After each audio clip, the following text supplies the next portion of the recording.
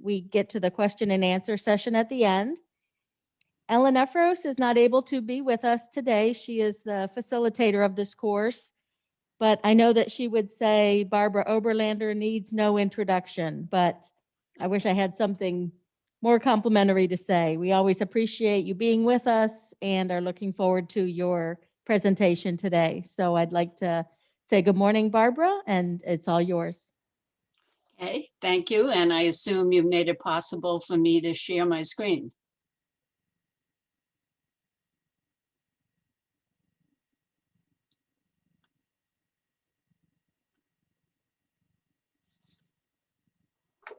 Go ahead. Okay, thank you. Mhm. Thank you all for coming, and it's very nice to see some familiar faces, as always, when I come to OCAMIC, and also some familiar names. So good morning, everyone. And it is my pleasure today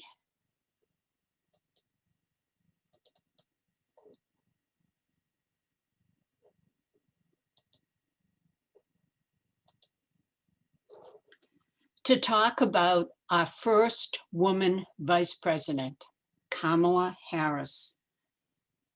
Just a little over 3 months ago, you and I watched the swearing in of this remarkable woman.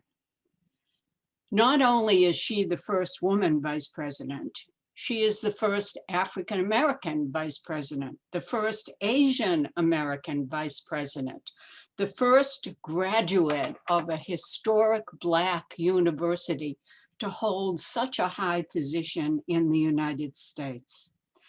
As the National Women's History Museum said, history made. There's no doubt about it.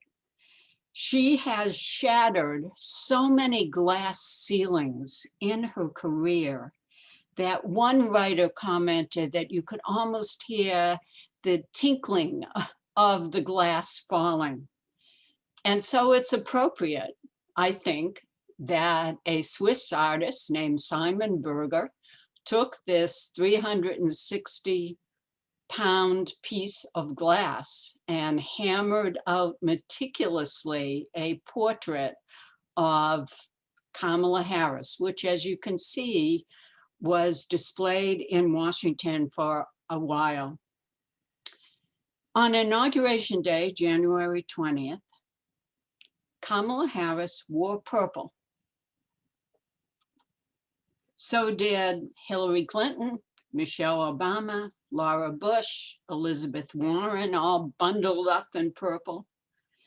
Perhaps the purple was worn as a color of unity, a blend between blue and red, or a tribute to the women who had fought so hard for the right to vote. Their colors were purple, yellow, and white.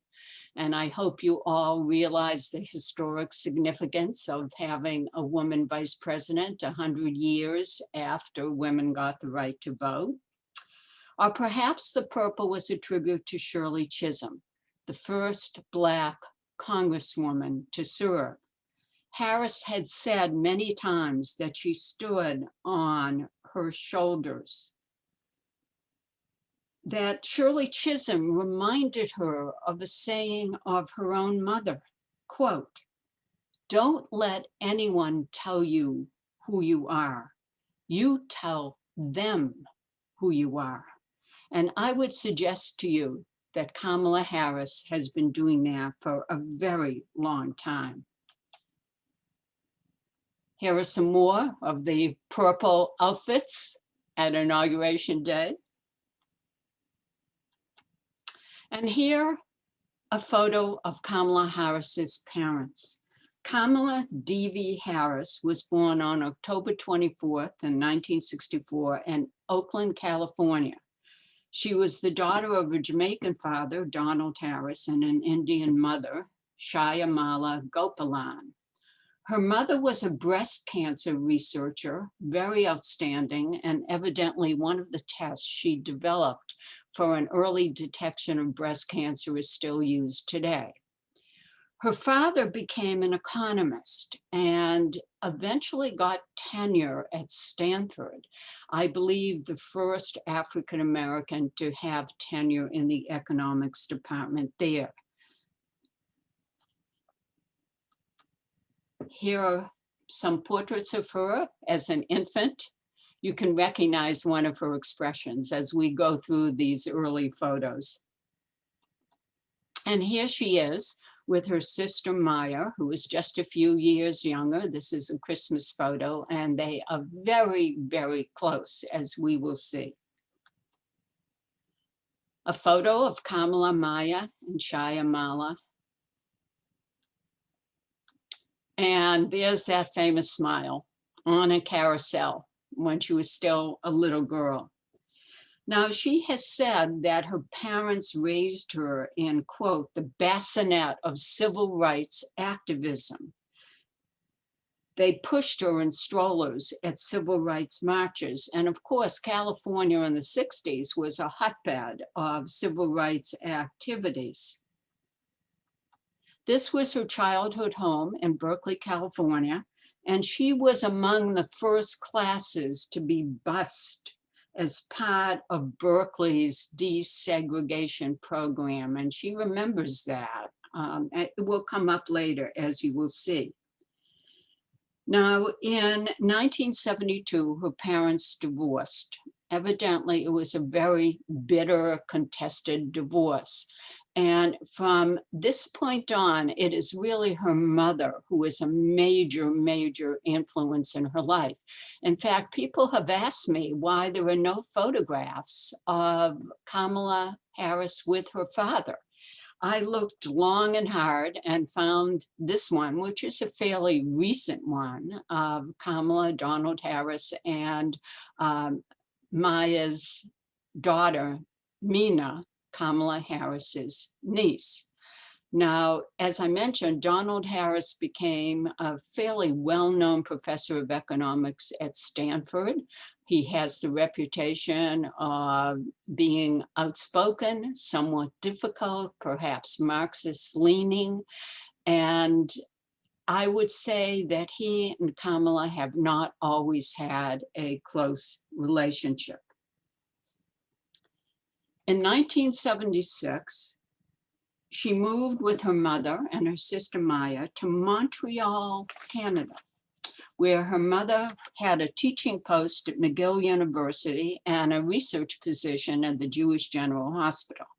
At the beginning, Kamala went to an entirely French-speaking school.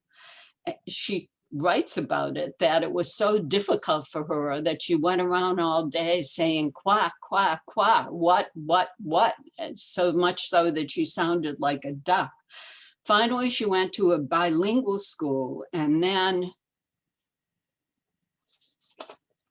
this Westmount High School in Montreal, Canada, which is very famous. It's an interesting school. It has a diverse mix of students, some from the wealthiest area in Montreal, and also a population from the immigrant areas of Montreal.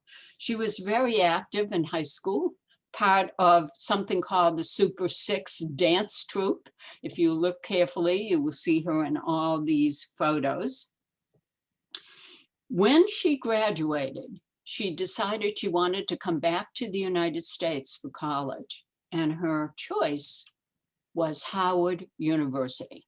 Now, Howard University is a historic Black university founded in 1867. It is prestigious, important, has given rise to some of the major leaders in this country. She has written extensively about her time at Howard University. If you ask Kamala Harris, she will say the two major influences in her life were her family and Howard University. Quote, "You didn't have to be confined by anyone else's idea of what it means to be Black. You could be anything you wanted. You could be a cheerleader. You could be head of the Economic Society. You could participate in protests. You could be whoever you wanted to be. And indeed, she was. Here she is, participating in an anti-apartheid protest against South Africa in 1982 while she was at Howard. The students often went to a nearby mall and protested the apartheid policies. She also joined Alpha Kappa Alpha sorority. Now, this is equally important because Alpha Kappa Alpha is a historic Black women's sorority. Very, very influential, very service oriented, also very prestigious. And they are indeed extremely proud of Kamala Harris. Here is a photo of their newsletter after she became Vice President of the United States. Harris chaired the Economic Society. She led the debate team. She was very active at Howard, and here is her graduation photo. She majored in political science, not surprising, and economics. From Howard, she attended the University of California, Hastings College of Law, where she served as president of its chapter of Black Law Students Association. She often goes back to Howard University. It's so important to her, as I mentioned, and here you can see her speaking. She has spoken there often at their commencement just a few years ago. And now the graduation from Hastings College of Law in May of 1989. In this photo, you will see her mother. And on the left, if you're wondering who the other woman is, it is Kamala Harris's first grade teacher who came to her law school graduation. So from this point on, 1989, you are going to hear about a trajectory of an incredible professional career. A woman who is obviously very skilled, great ability, and also very ambitious. She was hired early on as a deputy district attorney in Alameda County, California. Her work there led to a description as, quote, an able prosecutor on her way up, unquote. She was appointed to various state boards, the Unemployment Insurance Appeals Board, and also the Medical Assistance Commission Board by the Speaker of the California Assembly, Willie Brown, with whom Harris had a very close relationship. In 1998, the Office of District Attorney in San Francisco recruited her to be Assistant DA. There she was chief of the Career Criminal Division, and she began to prosecute homicide, burglary, robbery cases, sexual assault cases. She eventually resigned from this office over a disagreement that had to do with a new proposition in terms of how to handle juvenile offenders. And so for a while, she took a job at the San Francisco City Hall, working for the city attorney. She ran the Family Children's Service Division, representing child abuse cases. And then she decided to run for the office of the District Attorney of San Francisco, and she won. She will serve 2 terms. Here she is being sworn in as San Francisco District Attorney with her mother looking on. This is her official portrait as District Attorney of San Francisco.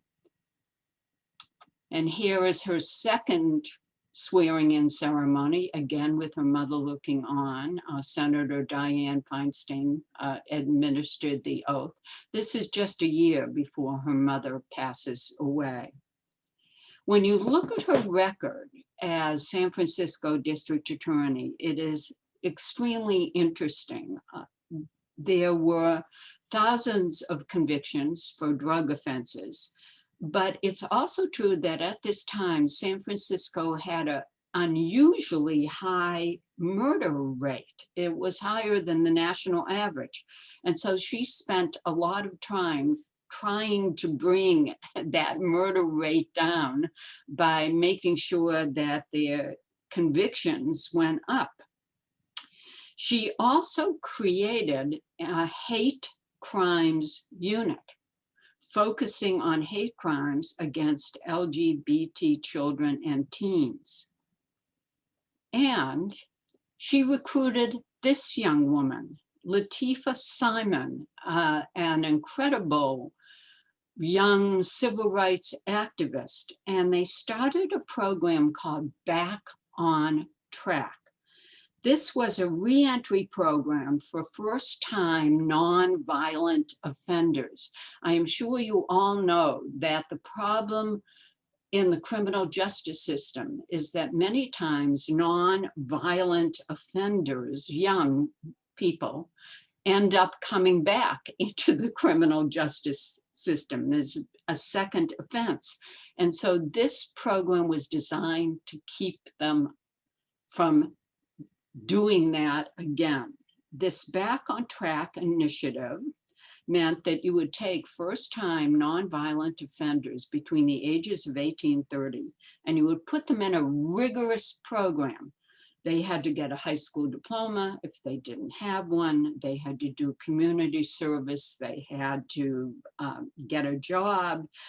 They went through job training. They went through a substance abuse program, and 200 went through in 6 years, extremely successful, so successful that the Department of Justice recognized it as a model program, and eventually it was enacted into state law to encourage other areas in California to adopt something similar.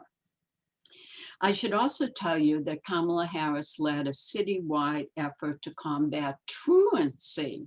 There was a very high rate of truancy in the San Francisco school system.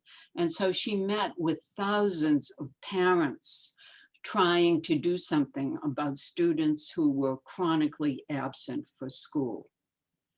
The next step, of course, if you're going up the career ladder, and she was, is to run for Attorney General of California.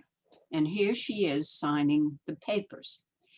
She said she would run only if Attorney General Brown, Jerry Brown, would not seek re-election, and he decided to run for governor. So she threw her hat into the ring. She was endorsed by California Senators Dianne Boxer and Feinstein, and Nancy Pelosi, Dolores Huerta in the Democratic primary. She had a lot of high endorsements early on. And she ran hard. Here she is serving at a Labor Day breakfast for union members in Los Angeles. But, and it's a big but, her campaign was not without problems. In 2010, early 2010, as she's running, a scandal broke that had to do with the San Francisco Crime Lab. Now, the San Francisco Crime Lab was important in prosecuting drug cases.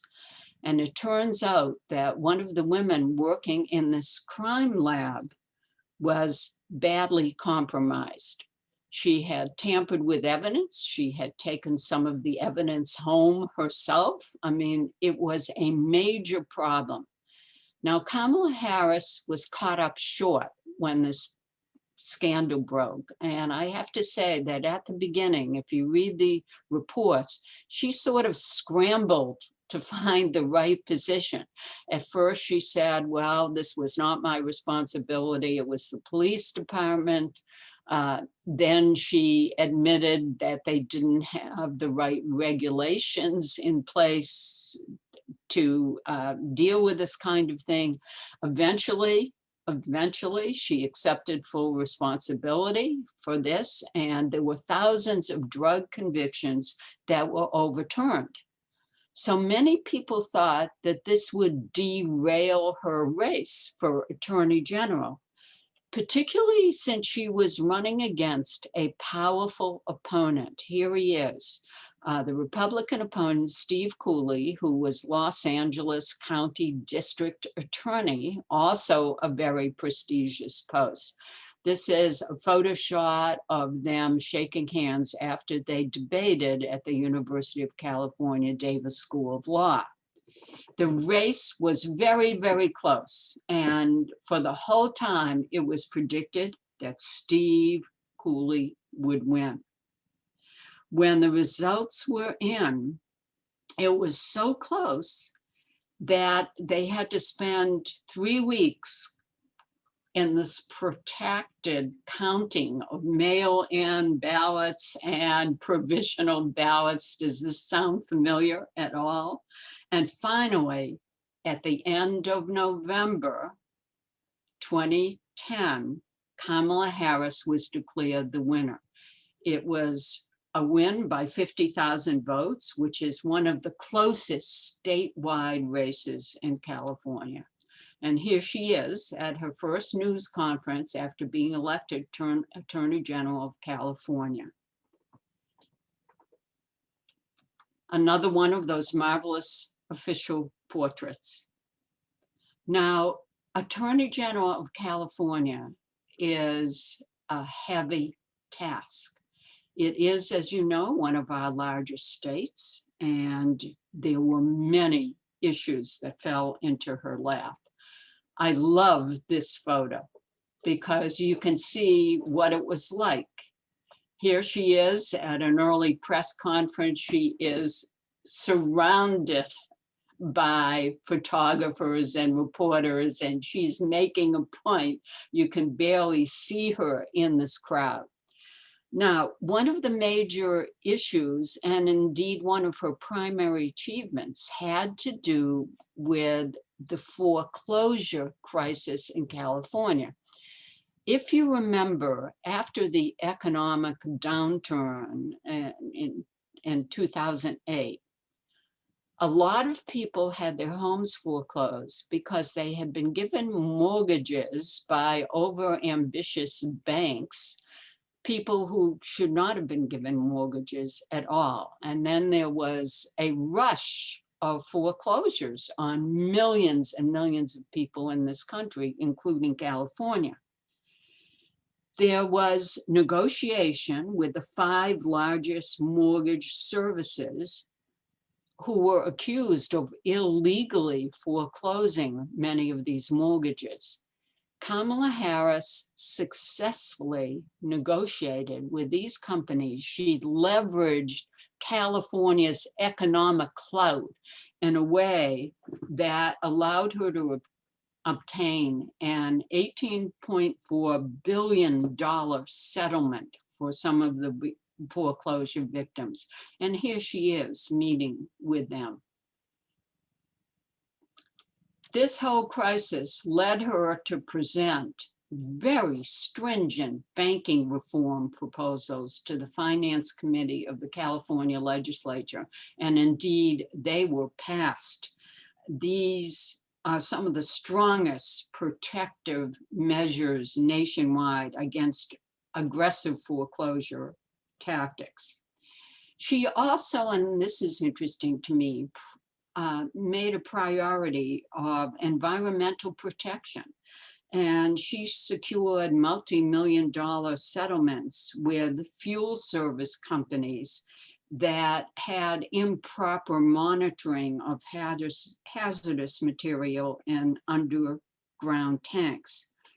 And very interestingly, she introduced implicit bias training for law enforcement officers, also body cameras.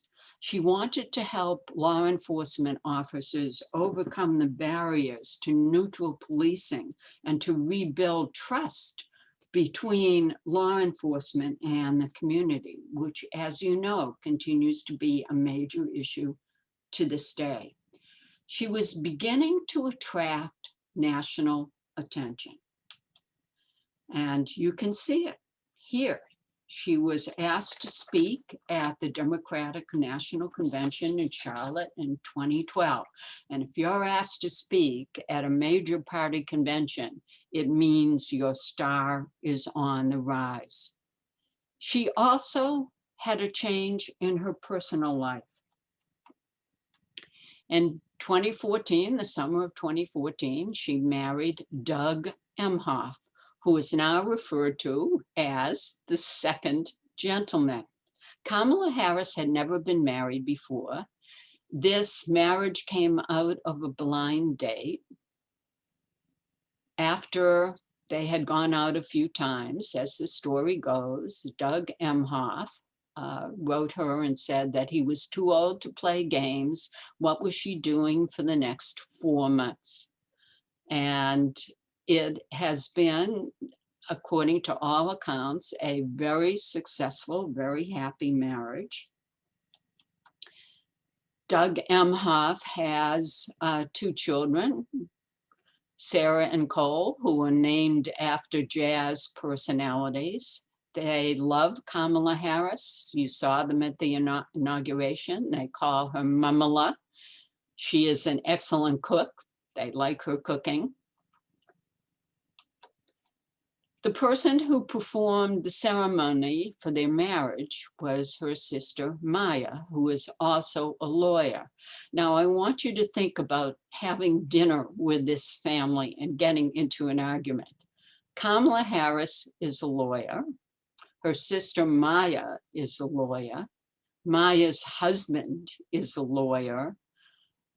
Maya's daughter, Mina, is a lawyer. Doug Emhoff is a lawyer. These are not people you would want to disagree with at the dinner table. Maya Harris is very outstanding in her own right, and indeed was an advisor to Hillary Clinton's campaign. She was very important, as we will see, in Kamala Harris's campaign. So that's crucial here, their relationship. After 20 years, Barbara Boxer announced that she would not seek re-election to the Senate. And so Harris announced the following week. I mean, it's, as you can see, absolute logical career path to go from district attorney to attorney general and then to run as senator from California. Here she is thanking phone bank volunteers during her 2016 Senate campaign. And as you know, phone banking is very important in a campaign. I've done it, and I'm sure many of you attending have done it. It's absolutely crucial when you want to make sure that people get to the polls. Here she is voting with her husband in November of 2016. She was endorsed by Barack Obama and Joe Biden. She received 60% of the vote. That's a wonderful number in elections. Being sworn in by Joe Biden, she was only the second Black woman senator. There we go again with the glass ceiling. She had shattered so many as district attorney and as California's attorney general, and here she is again. Official portrait, the United States flag and the California flag. As you can imagine, since Kamala Harris was elected in 2016, the same time as Donald Trump was elected president, there were very great differences between her positions and those of the newly elected president. Here she is speaking to that wonderful Women's March held in January of 2017. I'm sure you all remember the hundreds and thousands of women who came to Washington to demonstrate their unhappiness with Donald Trump's election and his position on various women's issues. She's standing next to Debbie Wasserman Schultz from Florida. And there's Cory Booker in the background with a thumbs up. She and Cory Booker are very, very good friends. Now, from the beginning, as senator, Kamala Harris was outspoken. She opposed most of Trump's nominees, including Betsy DeVos as Secretary of Education. She opposed Jeff Sessions as Attorney General. And her questioning of people began to garner news attention. Jeff Sessions said, quote, "She makes me nervous," unquote. Remember, this woman had been a prosecutor. She was a debater. She knew how to ask questions.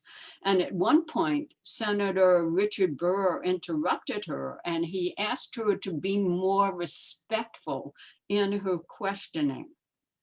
There was a lot of commentary about that because her aggressive style of questioning in the Senate was something that we have seen many times with male senators.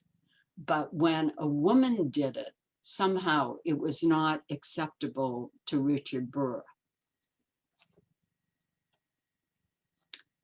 She was one of the first people to call for an end to family separations at the border. She questioned the Homeland Security Secretary at that time, Nielsen, about the family separation policy. And she actually visited a detention center near San Diego. So she not only called for an end to family separation, she called for the resignation of the Homeland Security Secretary because she felt it was all being handled so badly. She was put on two very important committees, the Judiciary Committee and the Intelligence Committee. And on the Judiciary Committee, and you can see her with Cory Booker, she went after Brett Kavanaugh, who of course was the controversial Trump nominee for the Supreme Court. And it became even more controversial after Brett Kavanaugh was accused by Christine Blasey Ford of sexual assault. And you can see her here and here during the confirmation hearings. I mean, she had what one newspaper called a withering prosecutorial style, unquote.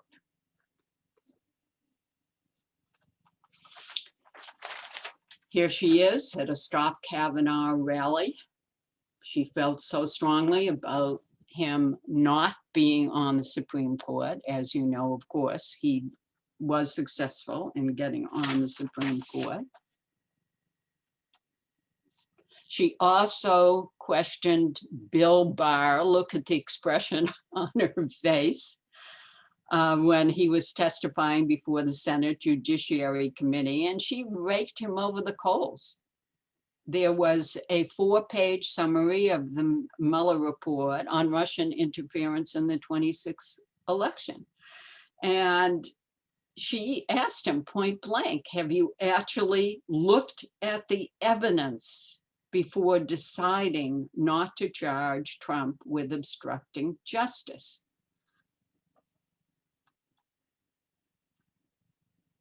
There she is again, that skeptical look. It's hard to miss.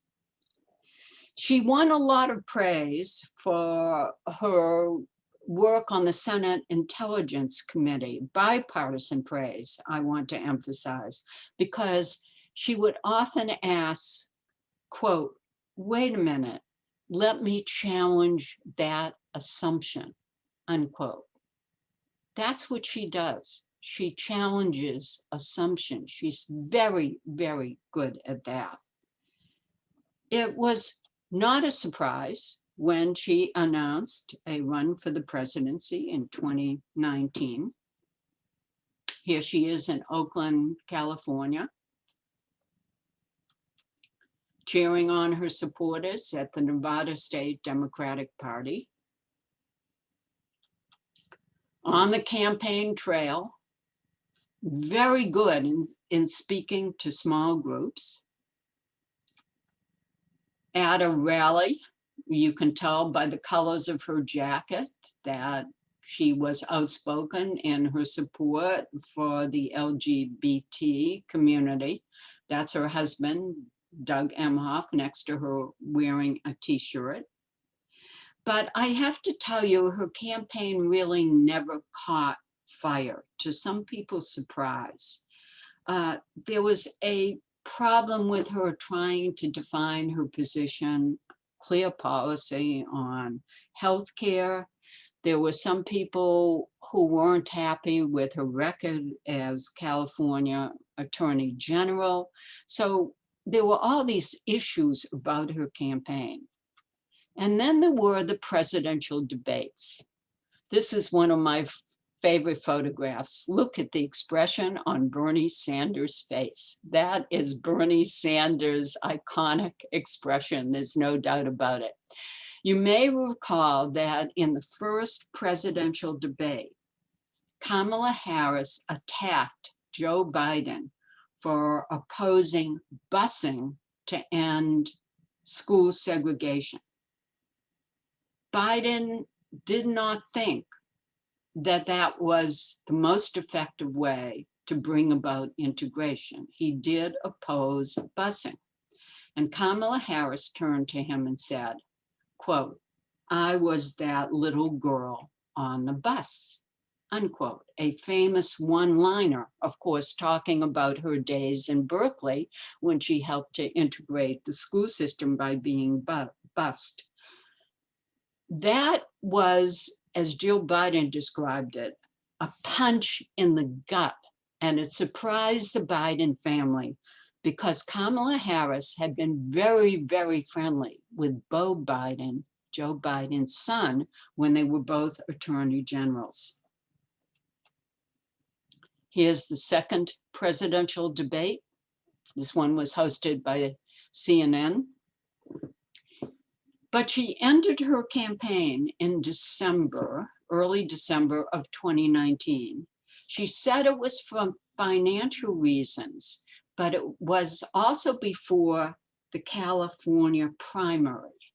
And I think it would have been incredibly embarrassing to her if she had not done well in her home state primary. Nonetheless, despite their sparring during the debates, as you know, Biden announced Harris as his vice presidential choice. Now, why did Joe Biden choose her? He had said from the very beginning he wanted a woman on the ticket. And a woman of color would represent the changing face of America, the power of Black women voters. He often said he might not seek a second term because he would be 82 at that point. So whoever he chose for vice president had to be younger and would be immediately thought of as a possible presidential candidate. Harris said when she was accepting the nomination that it was a historic moment. And she's very, very conscious, I am happy to say, of her place in history.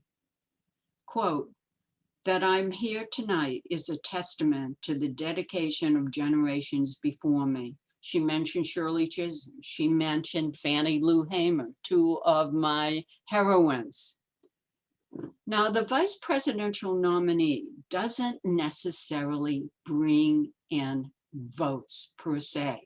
Although I want to tell you, as soon as the Harris choice was announced, in the next couple of days, money poured into the Democratic campaign. It was quite astonishing. What the vice presidential nominee does is affect how people think of the presidential nominee.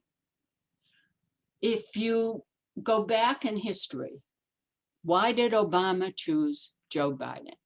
He chose Joe Biden because Obama was young, relatively inexperienced. Biden had been in DC for decades. He knew how to work in the Senate. So he brought the experience to balance Obama's inexperience. Jack Kennedy from Massachusetts, also young and inexperienced, chose Lyndon Johnson as his vice presidential nominee. Massachusetts, Texas, inexperience, experience again. Trump chose Mike Pence partially to reassure evangelical voters because, in my view, Trump really doesn't have a fixed ideology when it comes to certain issues that are important to evangelical voters. But he wanted to reassure them about his policies. So on the other side, when John McCain chose Sarah Palin, who was absolutely unfit for the job of vice president and showed it in all those incredible interviews she had, it made us wonder about his judgment and whether he was somewhat reckless. So Biden was sending a message. And Jim Clyburn from South Carolina, whose support had been so crucial, absolutely crucial to saving the Biden campaign, his endorsement was important to Biden's primary win there. He had said, quote, "My preference is an African-American female." And I think Biden heard that.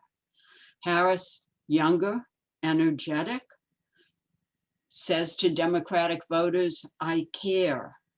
These are the people I care about." So during the campaign, despite all the precautions because of COVID, Harris did a fair amount of campaigning in person, particularly in swing state cities. And you can see her here in Detroit. She was at the University of North Carolina in Asheville. Look closely and notice the sneakers she is wearing. That will become an issue. And there was the famous, wonderful debate with Mike Pence, the vice presidential debate in October of 2020. I suspect a lot of you recall that at one point, Mike Pence interrupted her. And Kamala Harris said in a clear, loud voice, "Mr. Vice President, I'm speaking. If you don't mind letting me finish, then we can have a conversation. I'm speaking." And there it is. This is a crocheted mural of Harris that was installed for International Women's Day at the Wharf in Washington, D.C. It's 20 by 60 feet, as I understand it. And for those of you who don't know, Kamala Harris is an obsessive crocheter.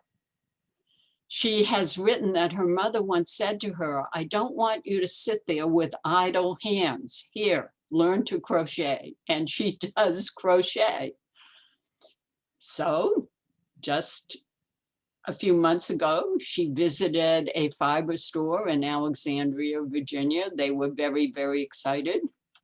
And this woman, Karita Collins, who creates yarns, actually created a yarn color in her honor called Observatory Circle, which is, of course, the official vice presidential residence.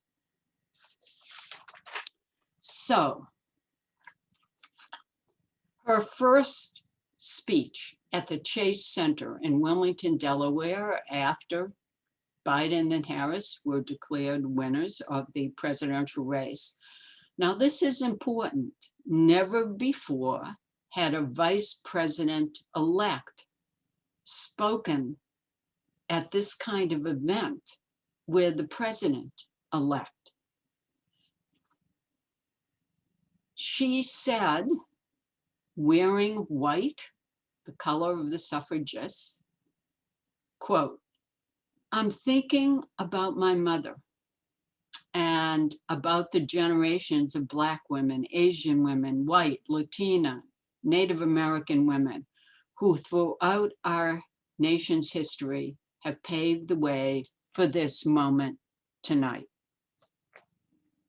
I reflect on their struggle, their determination, and I stand on their shoulders. While I may be the first woman in this office, I will not be the last, because every little girl watching tonight sees this as a country of possibilities." What a wonderful statement.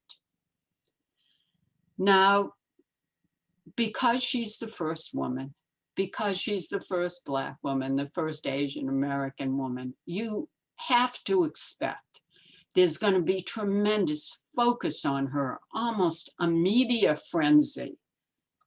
And it began right away. It had to do with the February 2021 Vogue cover. They wanted to put Kamala Harris on the cover of Vogue, and they were considering two different covers.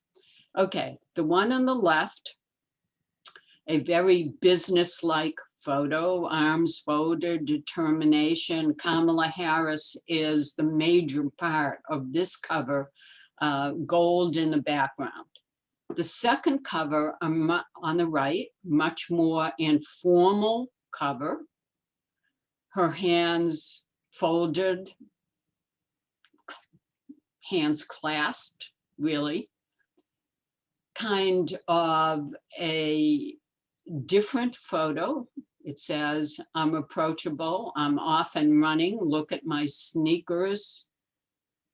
Those are Converse sneakers, by the way, Chuck Taylor sneakers, $50 a pair. Her famous sneakers, she has dozens of pairs of them.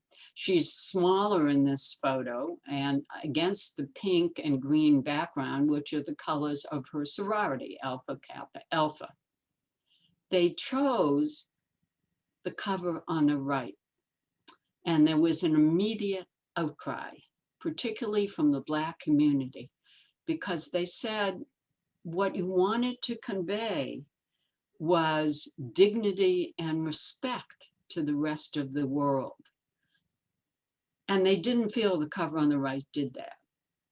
The publisher of Vogue defended the cover, but they immediately put out the second option in a limited edition.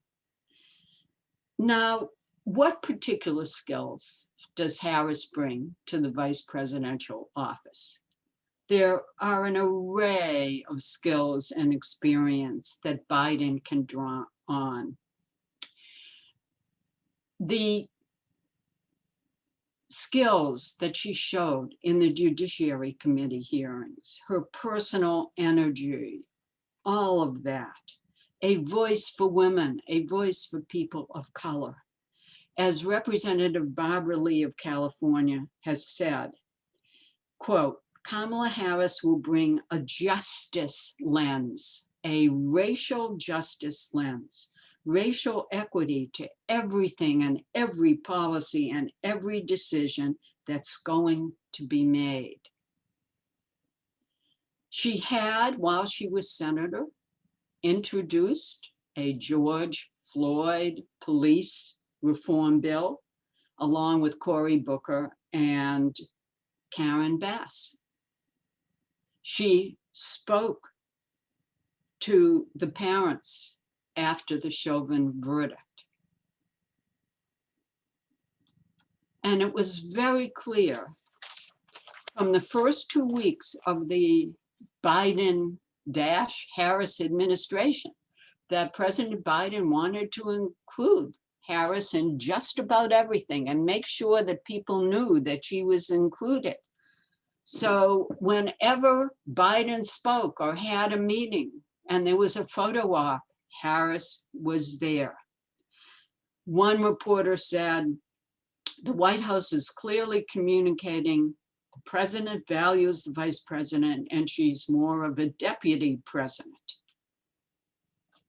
Here she is in the stateroom, standing behind Biden on March 6th. Here she is speaking during an International Women's Day event at the White House on March 8th.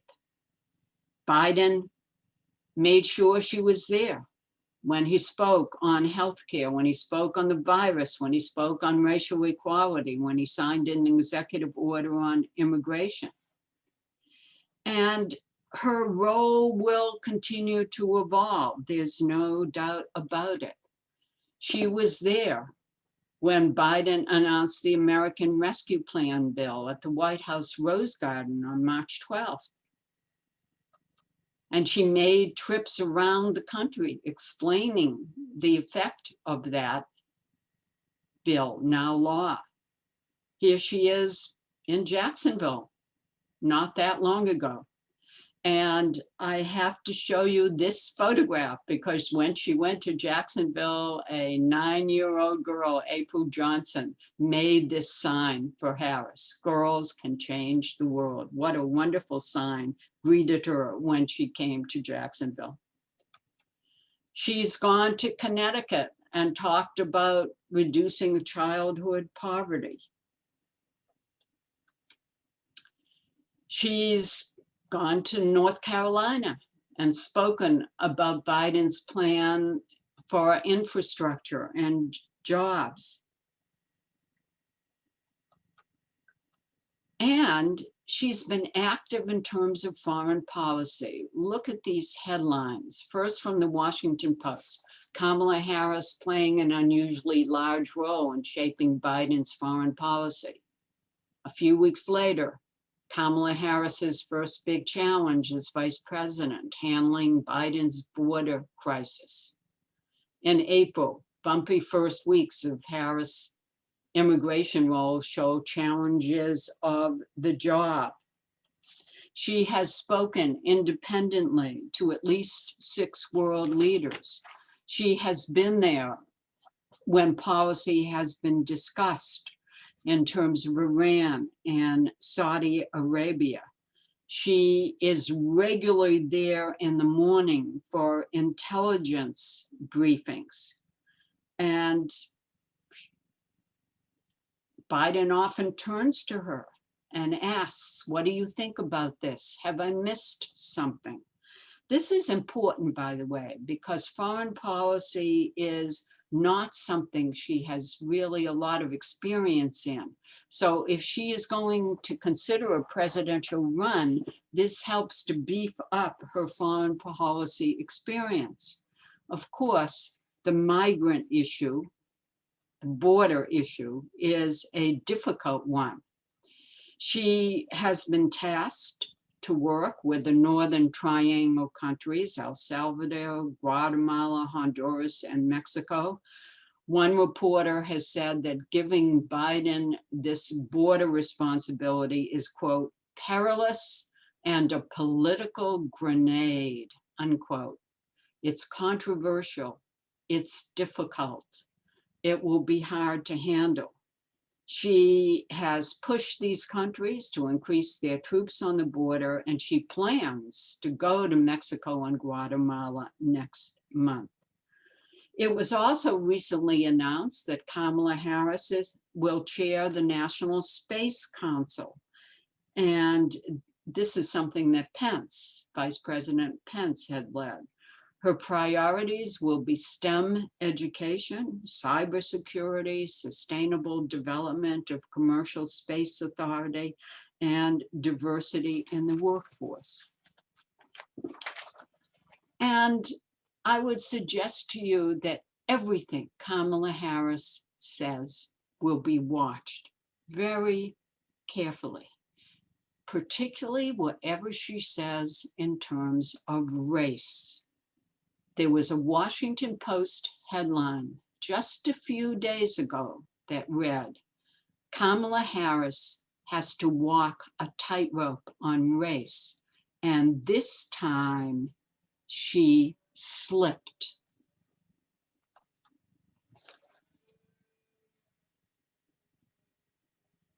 A wonderful photo of Harris and Speaker Pelosi behind President Biden during his address to Congress on April 28th, just last week. South Carolina Tim Scott replied to the president's address. He gave a response, and in it he said, quote, America is not a racist country. Now, Senator Tim Scott is African American, and for him to say that America is not a racist country made headlines. Well, the next morning, Kamala Harris, as shown here, was on Good Morning America, and she was questioned about this, and she said, quote, no, I don't think America is a racist country, but we have to speak the truth about the history of racism in our country and its existence today. Now, that's what I would call double speak. It is a tightrope, and I'm not sure she walked it. Harris knows better. She herself has said that there is systemic racism in this country. She has experienced racism.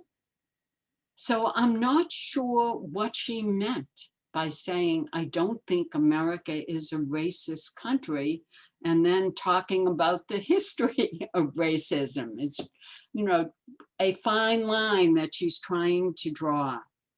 And it's a delicate balance that she must walk.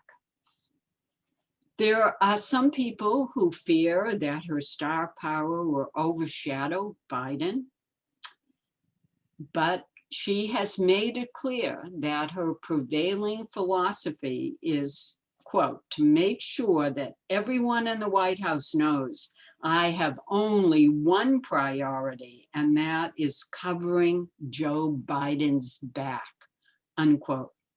She has to make sure that she has Biden's trust, because the amount of engagement she has in government depends on what Biden assigns to her. And that has to come out of their trust. From everything I've read recently, they seem to have developed a very genuine friendship. And he depends on Kamala Harris for advice. As I said, at meetings, he will turn to her. Does that sound right to you? Am I missing something? So she has become Biden's sounding board, and she is not afraid to speak out. I would suggest that you read her book, The Truth We Hold. It's wonderful, easy reading. She has also written a children's book called Superheroes Are Everywhere. And as you might know, there was a tempest in a teapot about this book because there was a photograph of this book on the bed at a migrant detention center. So immediately, several Republicans and several news outlets seized on it and said that Kamala Harris's book was being distributed all over these migrant detention centers to children. Of course, that was not the case. The book had been donated along with other things to a migrant detention center, and we don't know actually if any child ever read it. I always like to end with quotes, and I have some, I think, wonderful quotes from Kamala Harris.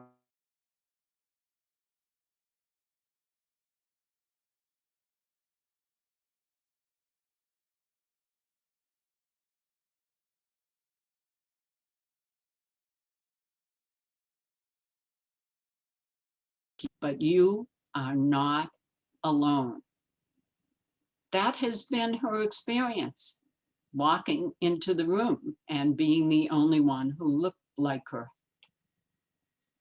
And finally, to the children of our country, regardless of your gender, our country has sent you a clear message.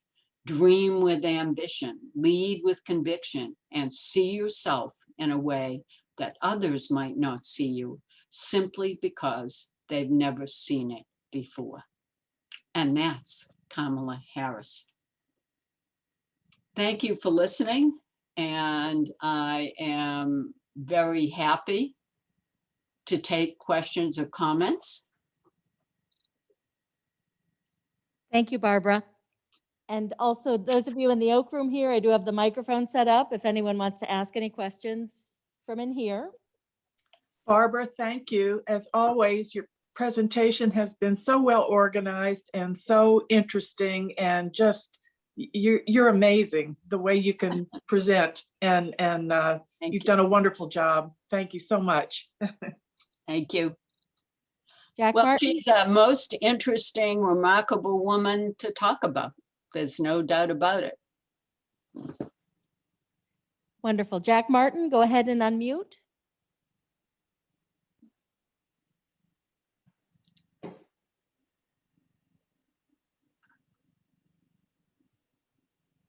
Jack?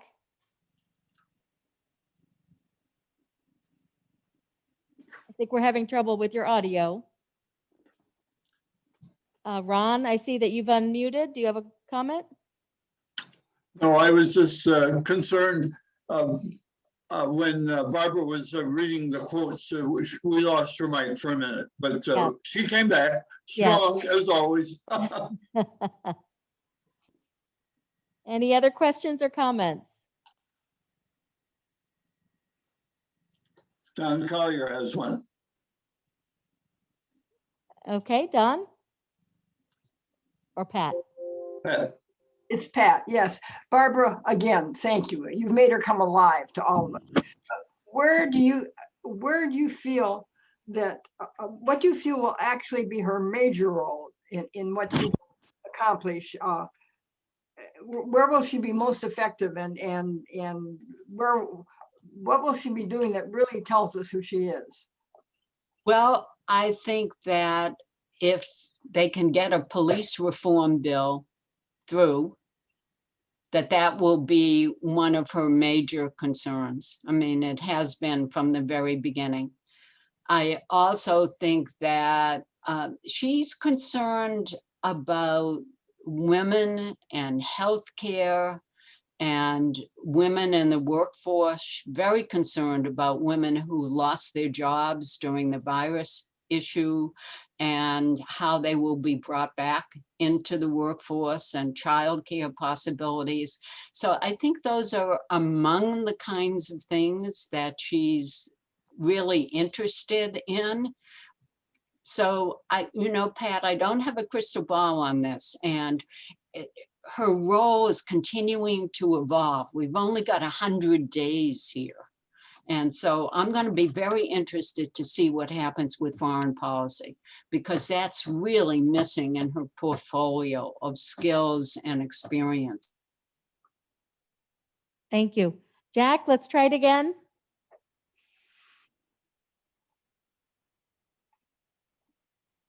Something's happening with your audio, Jack. Maybe exit and come back in. We'll try you again.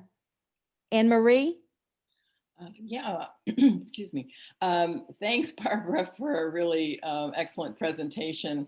I'm interested in her book because I think it's really wonderful to look at all the photographs and all the visuals on her life and try to capture her that way, but I have not read her book. And I wonder if putting her thoughts into print led you to some interesting insights that you could share with us. Well, I think that her intelligence comes through, her love of family, her dedication to Howard University, her enjoying her role in law. There's no doubt about it. You know, her career as the district attorney and then the attorney general, she really is proud of what she accomplished. You get her humanity, her sense of humor. You know, Kamala Harris laughs a lot. You often see pictures of her smiling, and she comes through as very down to earth. She really does, but also impressive. Now, there are some things that are not in the book. Her affair with Willie Brown is not in the book. She does not mention him at all. And some of you may know that that was one of the things that people had brought up, but it seemed to disappear very quickly. Willie Brown was Speaker of the California legislature and then became mayor of San Francisco. Oh, Barbara froze again. Hmm.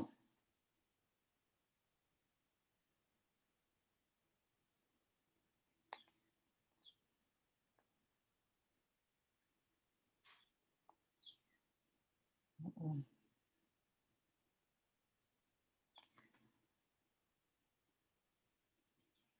That's a shame. I haven't heard anything about the Willie Brown I haven't situation. either. That is totally new to me. Yeah.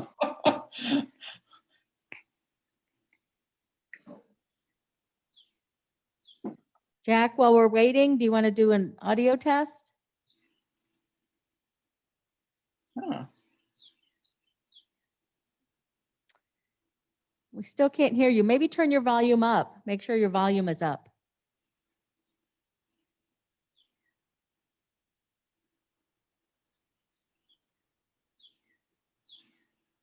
Sometimes rebooting will restore it. Oh, Barbara, you're back. Good. I'm back. Yeah, the whole Zoom went down for a while. The Okay. mysteries of Zoom. Um, Barbara, we were wanting to get a little more on the Willie Brown situation. A lot of us hadn't heard about that at all. Yeah, well, you know, it's one of those things that I only briefly mentioned. I'm not particularly interested in it because it had happened very early in her career, but there are people who say that's how she happened to be appointed to certain crucial California commissions while she was in the very early stages of her career. And it was through her friendship and relationship, I should say, with Willie Brown. And, you know, some people have brought that up. I'm not going to use the language, but various opponents have called her Willie Brown's woman in language that I don't care to repeat.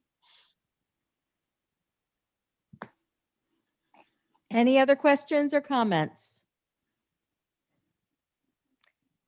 Barbara, I know if Ellen were here, and I don't think she's with us by phone, but she would be so appreciative of your time and your preparation and always your dedication to ILR.